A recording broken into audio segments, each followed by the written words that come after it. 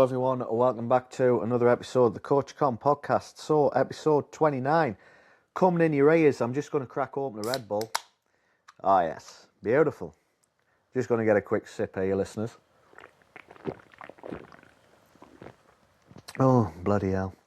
Right, episode 29, I'm on my own. But next week we're going to have Josh Errington back on because it went very, very well. Everyone liked him. I don't know why. No, he's wonderful as Josh. We had some great crack and he's been a tremendous inspiration to me throughout my prep. I'm probably going to get into a little bit of that today. I haven't really got a script either. I'm just going to fucking wing it. So here we go. Just on my own, and something that I will start with, something I say consistently, whether it be in sort of the DMs on Instagram, not just online, but even in the gym, lads that I maybe trained with, clients in the past, people that maybe message asking for coaching. A lot of folks sometimes say, I don't know why I'm stuck. Feel like I'm doing a lot, but nothing's changing. I feel I just need a better plan. I just need more motivation. And I'm going to say something that might annoy a few people, but something that I've learned a lot in this prep. You're not stuck because you don't have the right plan. You're not stuck. You're stuck because of things like standards not matching your goals. And what I mean by that is, for absolutely weeks now, I've been rinsing and repeating the same food, the same cardio steps, the same bedtimes pretty much, the same wake times, the same routines. And yeah, it can get a little bit boring, it can get a little bit monotonous, but this is why ultimately I'm seeing the best results. This is why I'm getting into the condition that I'm in, because I've been putting them standards up, doing the same things, and that's what works, and it's what is going to work long term. Now, for the last couple of weeks, the scale hasn't particularly moved. I've been bouncing around the same way. And the thing is, I'm tracking it in other ways, though. I know my shape's changing. I know I'm looking better. I'm looking tighter in photos. I'm looking tighter when I'm doing sort of pose and things like that for the stage and for the bodybuilding. So the other thing is the motivation front as well. And if you can get up for work, if you can be on your phone scrolling, if you can have that extra episode on Netflix, which we're all bloody guilty of, then you can commit to improving your body. For the hardest thing, and I'm just going to level with you, is the hardest thing at the moment for me is get my ass out of bed on a morning. Like when that alarm goes, every morning without fail, the first thought is, oh, let's just roll over and have a bit longer. Oh, let's just have another 10 minutes, another 15 minutes. Just hit snooze for a bit. And some mornings, maybe I do have an extra couple of minutes to try and get my head sorted. And when I'm getting clothes on, take my morning supplements, hydrating, doing my teeth, all that sort of stuff first thing, I'm still like, I could just go back to bed, But as soon as I get out, start getting the steps in, we've had some cold mornings, we've had some rainy, wet mornings, then I'm like, oh, I'm up now and everything's right in the world. I maybe have that little bit of caffeine within the first hour of being up. That gives us a little boost, of course. It's because I'm getting the structure in every day, the same structure of getting up, getting active, having my first meal before the train, so on. And that to me is what, I don't really like this word in a sense because it got rinsed by a lot of business mentors, but it's essentially about having a system in place. It's having a system in place where you know exactly what you're doing every day. You've got your organisation down. You've got your meals made. You've got, even for me, I get my drinks ready the night before. I get my pre-workout made up ready, so I just have to give it a quick shake. I've got my intra-workout drink ready. I've got my electrolytes ready.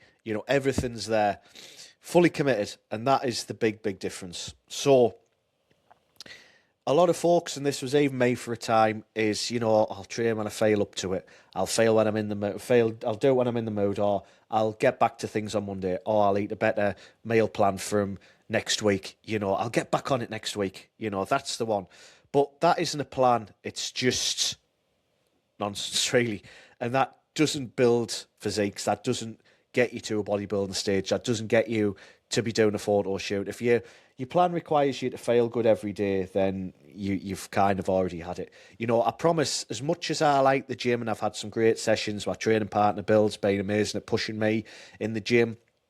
I've got a couple of road trips planned to some other gyms with my pal Cameron and my pal Reese as well. We're going to, hopefully get a couple of different gyms boxed off this month. It's the thing of, I'm not waking up every day, buzzing to train, buzzing to get the steps in, buzzing to stick to the calorie deficit and have that first meal of the oats and the whey. But I do it because my mentality and my attitude is, this is what I do now. You know, if I want to compete and win this show, if it even place or just be my best self, this is what I have to do. This is the shift. It's not the question of, oh, how do I fail today? It's what needs doing. What's going to get me to a trophy on the 16th of May? What's going to get me to qualify for the PCE Universe? What's going to get me to qualify maybe for the British at the end of the year, you know, British Championships? You know, could that be a thing? Could I achieve that? You know, it's putting everything in, putting the high standards in place. And the thing is, and this was again me for years, the low standards can be training a couple of times a week when it's convenient. Maybe even you train 3 and 4 times a week, but you're not executing with intensity. You're not, you know, doing your movements properly. You're not lifting as much as you should be. Your weekends are like, oh, it's Saturday. We'll go out. We'll go out for a meal. We'll go out for drinks.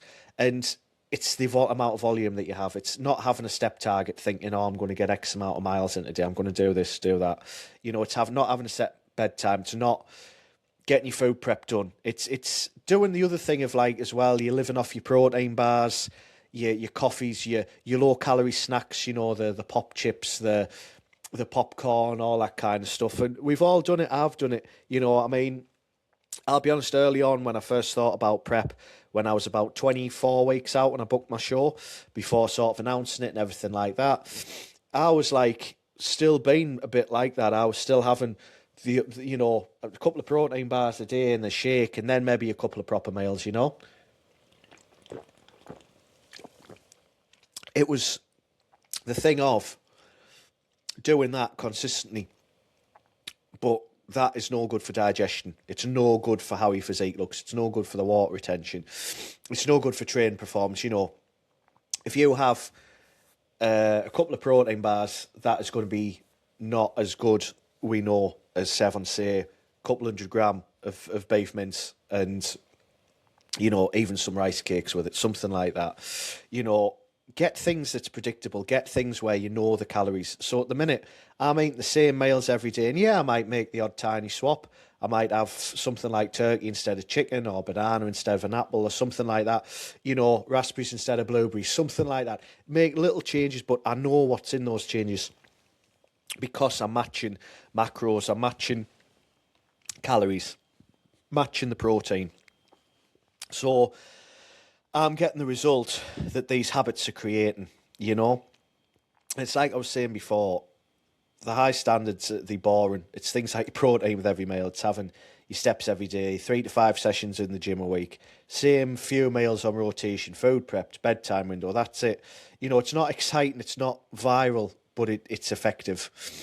And something that, again, part of the title of this podcast, the fat loss is repetitive. You know, this is the boring part of fat loss. And it doesn't matter what fat burns you're taking.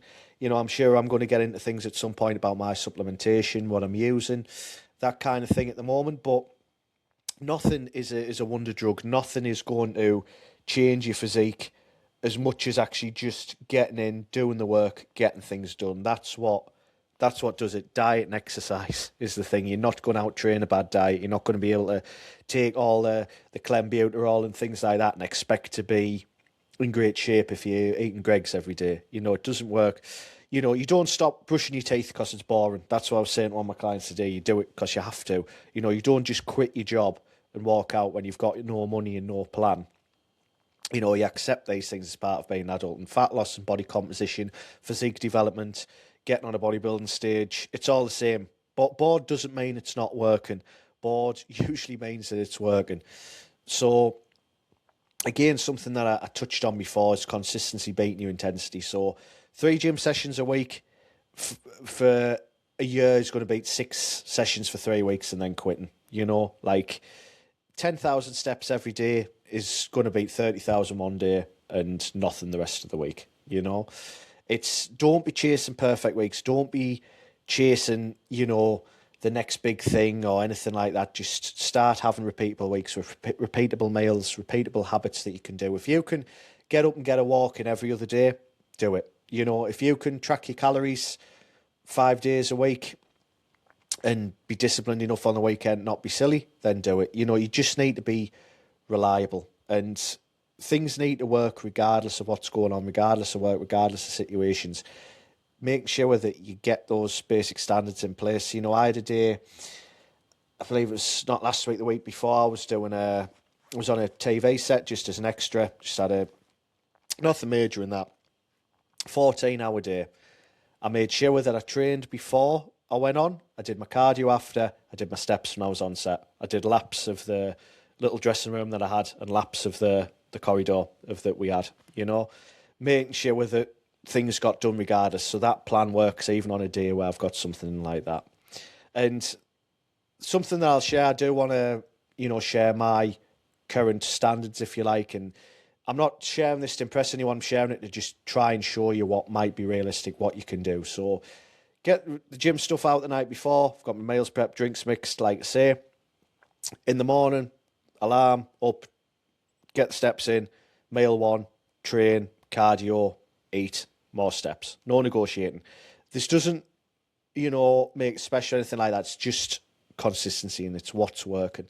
And something quickly as well that, that you can write down and do this in your own time, but pick 3 things that you already do well.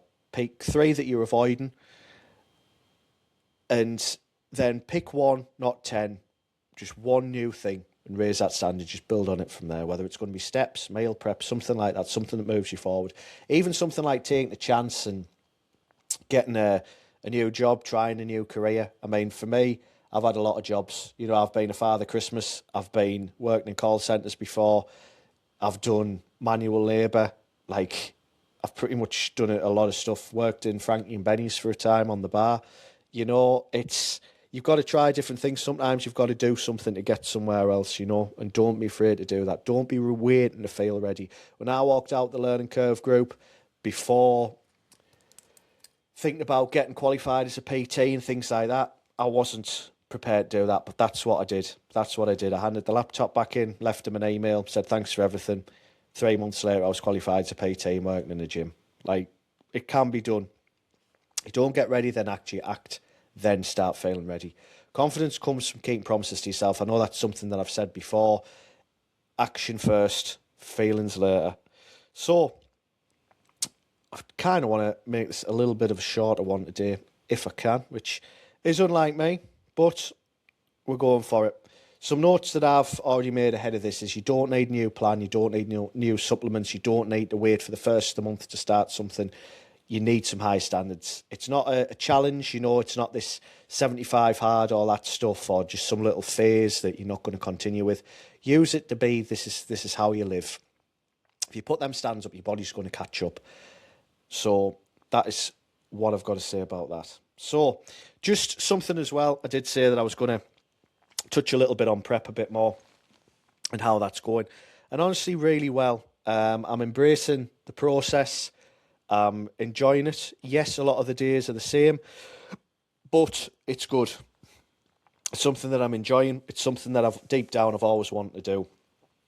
Something that I want to say around that is, if there is anything that you want to do in life, whether it's getting in shape, whether it's starting a business, 2 things that I've done, you can do it. There's nothing stopping you. There's nothing that's holding you back from doing it, apart from maybe yourself, maybe your insecurities, maybe how you feel in yourself. And I was like that for a long time. If you'd shown me what I do now to even me 4 years ago, when I was just I'd had a few months as a PT. I think I went entering my 5th year in this now.